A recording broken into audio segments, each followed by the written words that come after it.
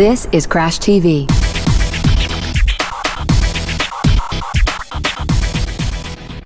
It's Friday the 22nd of August. It's Crash TV 8. Welcome to the show. I'm Jez. I'm a producer here at Criterion Games. And I'm Matt, and I'm also a producer. Fantastic. So if you're new to the show, Matt, what's it all about? Well, it's an inside look at the makers of Burnout, Criterion Fantastic. Games. Come on in and see what we're up to. And what are we up to, Matt? It's the summertime. We're enjoying a nice British summer. Yeah, classic British summertime. So we've had torrential rain for the last few weeks. It's even been raining in here. We've had a leaking air conditioning unit, and that's why we've got a new sofa. Yep, so our hardcore fans will recognise the sofa. It's riddled with bullet holes. This is a sofa we took to Eastern Europe and shot with machine guns. It's actually still got the wiring from the charges in there. So you better hope there aren't any extra charges still packed in there.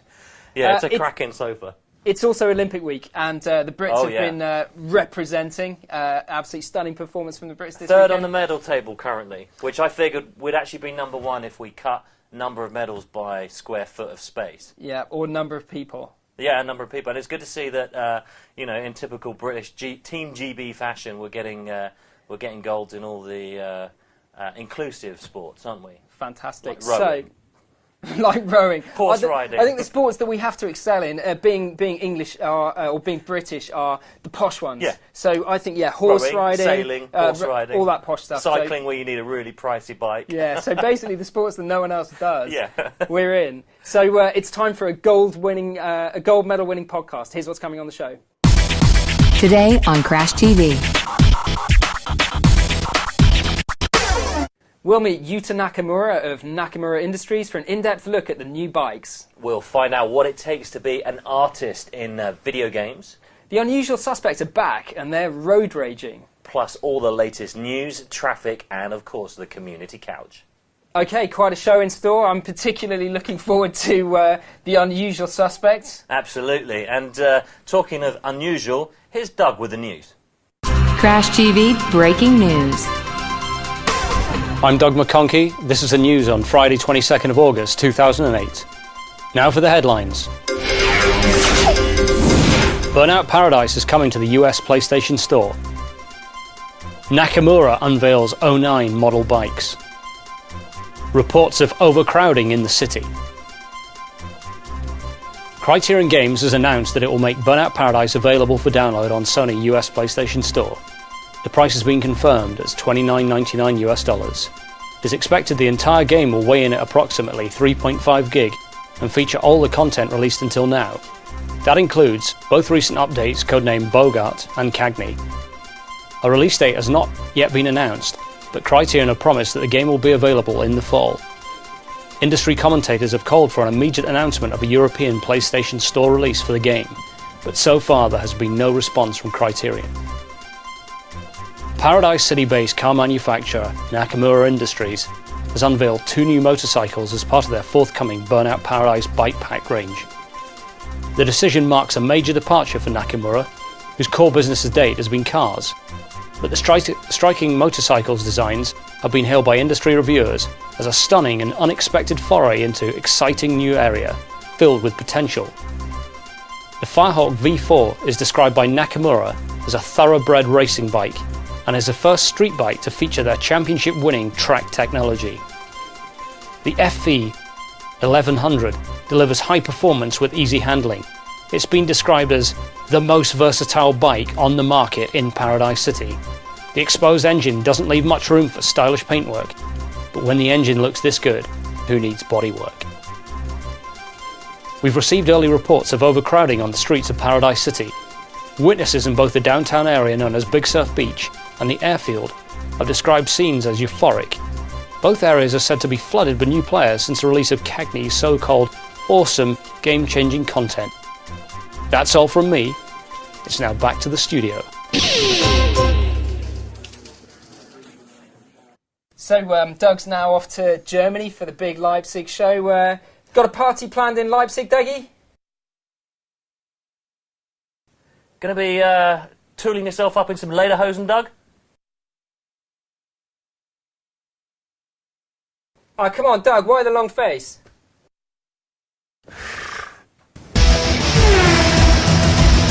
this week's traffic report, we're looking at takedowns in Paradise City. This first heat map that you can see shows you all the places where online players scored takedowns over the course of the last week. So the particular hotspots that you can see are, of course, the Wildcats Baseball Stadium down in the southeastern corner of downtown.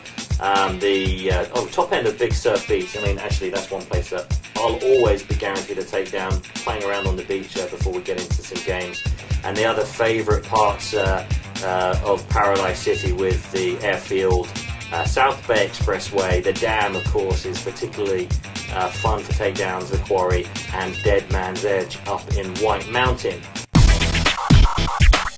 So that was the latest traffic from Paradise City. How do you like that, Jez? Unbelievable. Unbelievable. How many crashes then in that time? Well, actually, that was just Saturday, I think. There was around 140,000 takedowns. And, I was playing the game Saturday, so you may find that that's an unexpectedly high ratio as a result of my bet. I guess I was involved in at least 70,000 of those.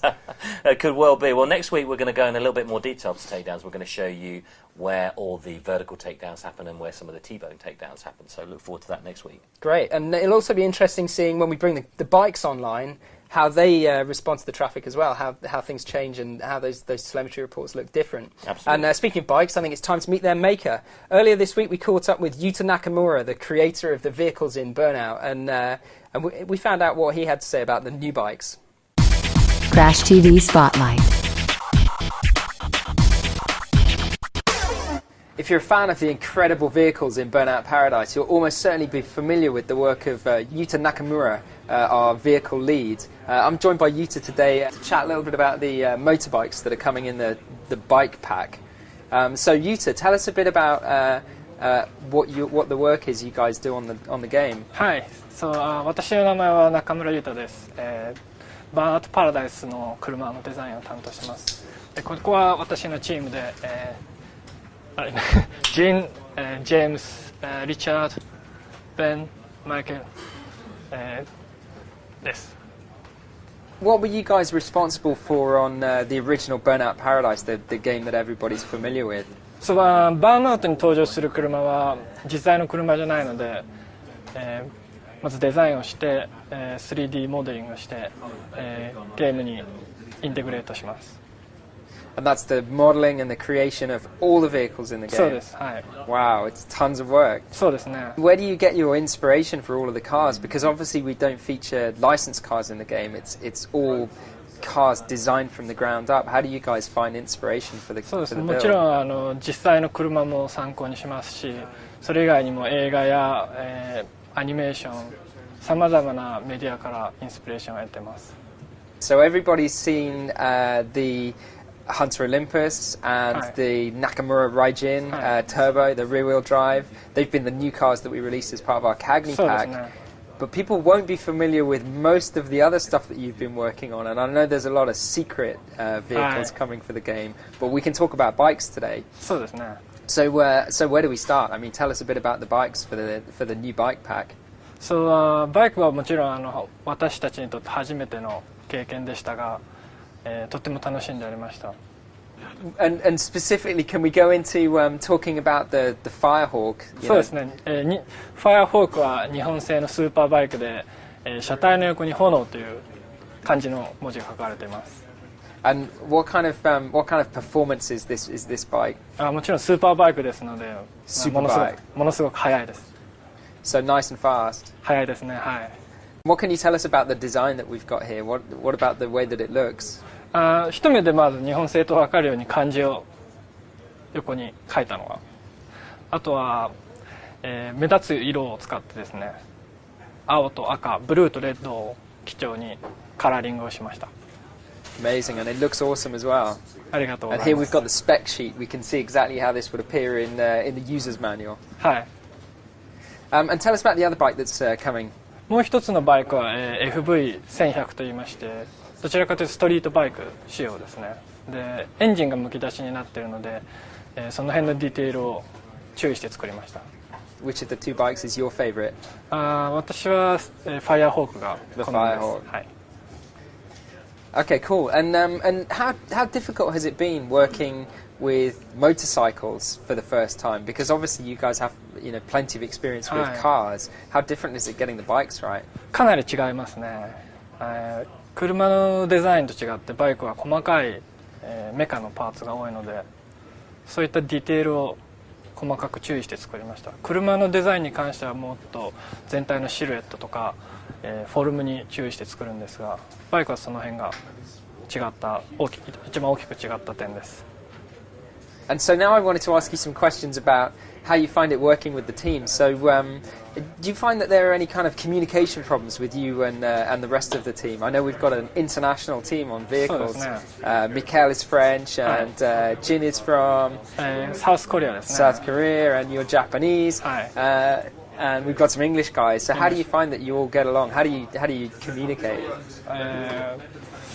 どうでしょう。わかりません。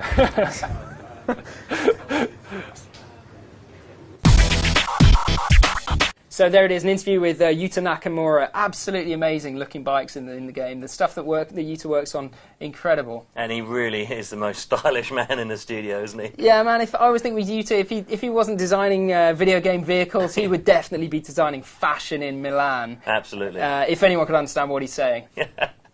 So what are we working on now, Matt? Right, well, so work continues on the trophy pack. So recently we've announced this, an extra special pack for the PS3 version of the game. So we're going to be updating the software to be supporting trophies on PlayStation 3.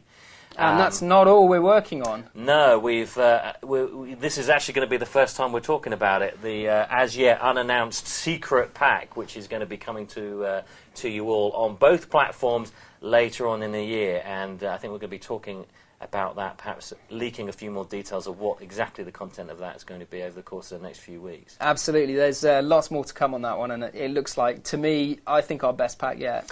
Absolutely, I think it will be as well, and it's really good. I mean, we are playing with you all a little bit by teasing, but it's something that we haven't spoken about before, and it's going to be coming sooner than we thought.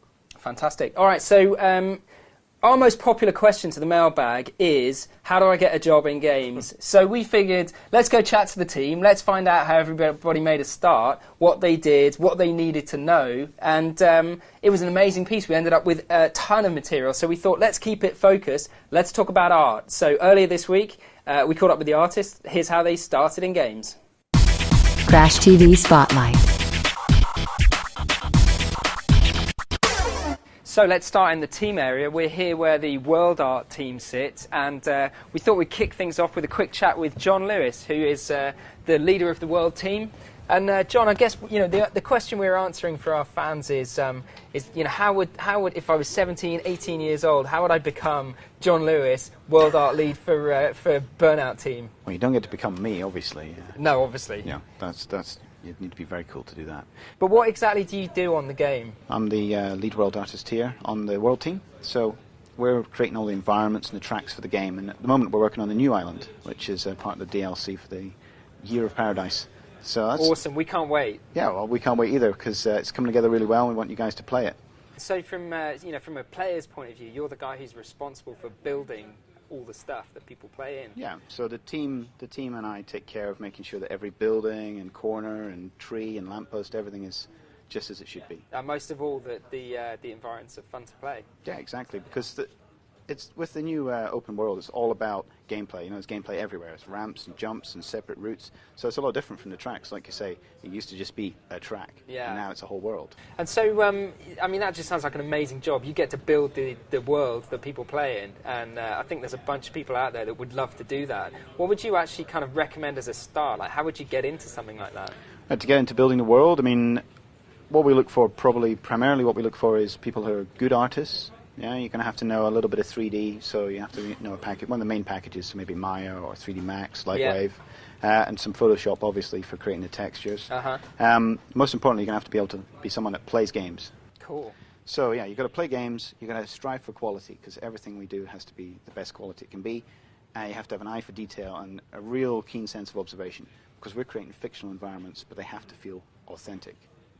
All right, there's a look at how you get into being a world artist. Now we're going to chat to Mikael, who you'll know from previous podcasts, and find out a bit about modelling cars.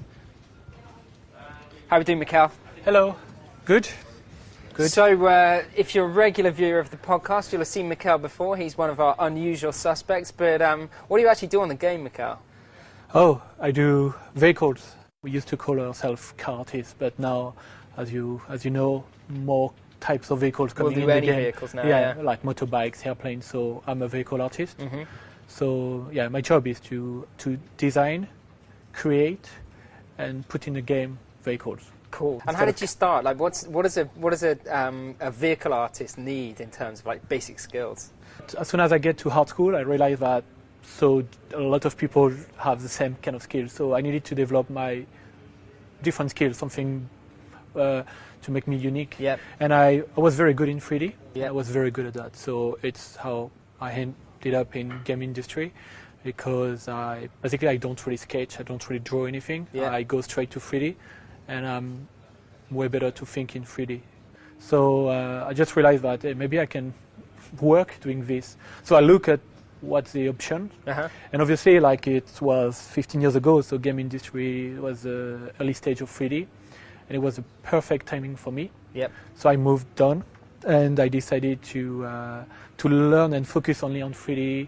You need to be passionate, to do that kind of job. So what I recommend is like to go on the internet, and there is a lot of 3D software and 2D software available for free or for students. Then buy some books.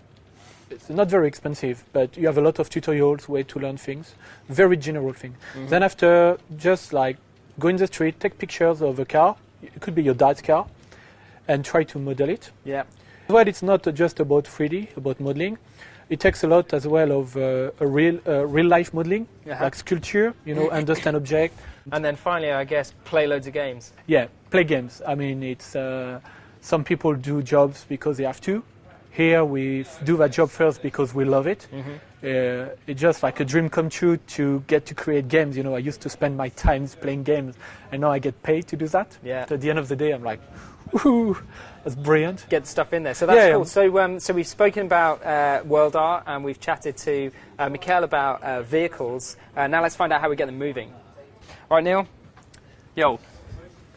So we've had a chat with the guys that build the models for the vehicles and create the world, but you're responsible for bringing them to life, Neil. So how does that work? Now we've got characters in Burnout. Yeah. I've got to add that extra bit of believability, I guess. Previously in the cars, we've never had people driving. Yeah. Often been question raised, I guess, why aren't there anyone in there? But now we've got motorbikes in. Obviously, they need riders. Yeah. And I've got to bring the so characters to life. Characters for the Absolutely. first time in Burnout. Yeah. Adding that extra bit of detail and believability with them. How did you get into that? I started here probably, I don't know, maybe about 10 years ago. Wow. I studied product design at university, so it was kind of the early days of 3D software. Yep. And I started to use the 3D software we were using at university to create characters and do animations with, rather than designing kettles and watches, that kind of stuff. Yeah. So I got a little show reel together, literally videoed it off the screen, and sent it to a few games companies. Brilliant. And What was on your started show it. reel?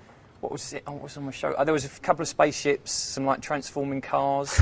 I think I built a Judge Dredd. Yeah. And made him run along, shoot some stuff. Cool. Kind of, it looks a bit primitive today, but But it was 10 years ago. Yeah, it was. And Quite so a you while got ago. your job at Criterion. Yeah. So that's kind of the advice for the kids who want to animate is just start doing it. Get Absolutely. some software Absolutely. together. Maybe study it, but Well, yeah, you need a background in art, really. You've got to know how to draw helps, and then start studying animation. Then get you into that. specialise, yeah. Yeah, and then you specialise. That's right. so 10 years at Criterion. Yeah. And so what's kept you here so long? I guess the reason I'm still here is that our games keep getting better. So from the early days when I started to the games we're making now, I mean, we've jumped a few console generations, but Yeah. what we're doing now, we're right at the top of the game, I think. The best stuff. Yeah. Brilliant. All right. Well, thanks for sharing that with us. Okay. Done. So there's the info on how you become an artist in video games. Next week we'll be bringing you up to speed on how to get into engineering. Wow. And earlier in the week, Matt, I did this. Now, What's this? I am currently a producer, but I was thinking maybe get on the art track, and so I produced this outstanding vehicle design What you'll note here is the awesome decals down the side. The top spoiler, that's for extra aerodynamics and traction. Massive wheels with dope alloys, and the box out section just here reveals this vehicle's special feature, wheels on stilts. Okay. What do you think of that? Well, it's certainly an interesting use in colour. Yep. And that's about all I've got to say about it. I would suggest not giving up the day job. This week, our unusual suspects took on Road Rage, and this was another big session for the unusual suspects. Matt, how does it work? Okay, so Road Rage is really pretty simple. It's a team-based game. We have the blue team, and their job is to race. They have to hit a checkpoint, then hit a finish point. And the red team, well, their job is just to stop them, and any way they can. Now, the thing that puts the fly in the ointment is that the blue team doesn't have any boost whatsoever, whereas the red team has pretty much unlimited boost. So we put the two teams against each other. If the blues get to the finish, they win. If the reds stop them, they win. Crash TV Spotlight. Alright, it's time to meet our teams. First up, it's Chanjit. Okay, this is my team for blue team for Road Rage that we're going to be playing. And there's Michael, Ben, Steve, and me. And we're on the blue team for Road Rage. Now it's over to red. Here's Gary. Hello Crash TV, this is Team Casey, this is Neil. And we're going to kick the arse out of Chanjit, and there's no messing about that, see? Alright, we're in car with Chanjit, riding with the blues. Okay, South Bay and Gabriel. Okay, I'm just running for my life because I saw the red guys, they're really close to me. All he can see on the map there is it's his marker, and the marker indicating where he needs to get to. Okay, just going to try and head for Gabriel. He's blind to the whereabouts of the red players. Real test now. He's heading for the orange marker on the map there. Quickest route across the cities he can, avoiding any reds. Okay, haven't seen them just yet, which is good, I think. Might see them when I get to the bottom of South Bay. So far, so good. Oh! There's one. Come on, come on, come on. And he's in trouble. First one on the case. In fact, it's not looking like a promising start for the Blues. Gotta be careful here. He's in a much heavier car than me, so...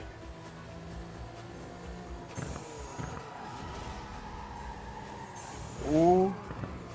I just missed someone. Oh no, two of us have been taken out already. Jeez, that was quick. North Mountain and Reed Lane now. It's quite far away. I wonder where Ben is. Must be further along South Bay Expressway. Here we go, heading down South Bay Expressway for the bridge. Oh, there's Neil on my tail. Final section here, some big jumps trying to stay out of the way of the reds. Unfortunately, that's not going to do much good because there's no boost. Okay. Oh! Oh! I'm out! No way! Okay, okay. Now I've got... Now everyone's back on the map, so I can see where everyone actually was.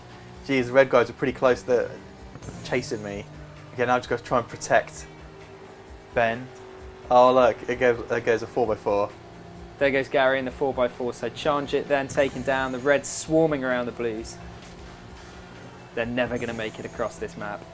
Just got to try and get on Ben as quick as I can. Gonna have to do it quicker than that. Oh, where is he? Where is he? Gone down the shortcut, or is he? Oh, let's have a look here. Cut down the shortcut. I wonder. He's down here. There's the blue ahead of him. He's got to protect him. And a red 4x4 dropping in over the top there. It's good tactics there. Why Ben? Oh look, Neil's in front. It's make or break. And he's stacked it on the corner jump. Wanted to avoid the 4x4 there.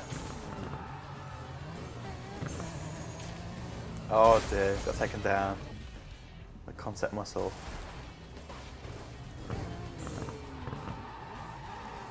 Oh no, we all got eliminated. Oh. So that's it for the first round. Chanjit's team, the Blues, eliminated by red. Now let's have a look and see what the action looks like from Gary's point of view. Right, it's sorted. This is it. This is Road Rage. We're going to chase down Challenge's team, which is the Blues, and make it so not one of them gets anywhere near that final checkpoint. So this is it. Checkpoint's been called out and they're running. Near they are. Oh no. Oh, there's Watt Street. I've overshot it a bit there, so I've got to try and hang back a bit. Try and sort the car out first. Looking good. Big gang of them there running away, so I'm going to try and grab them before they get anywhere near them checkpoints. So we got infinite boosts. They can't see us, and we know where their finished checkpoint is, so we need to make sure that we at least head them off at the pass before they get anywhere near it. So a couple of tactics there. Gary can either head for the first checkpoint following the Blues, or he can head for the finish and try and round them off. Heading up now.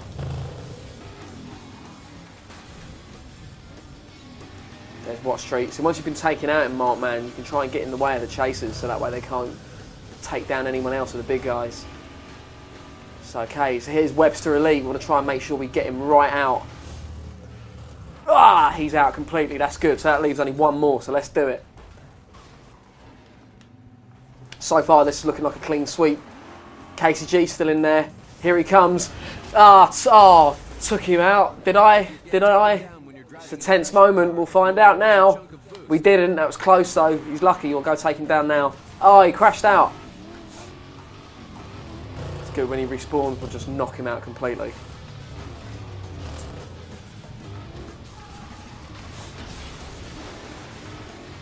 Accidentally took down one of my partners there. There he is. Let's get him. Got him. That's it. That was road raging. That's what the red team do. Eat that, challenge it. Good performance there from Gary, taking the second game. It's a clean sweep, 2-0. Well done.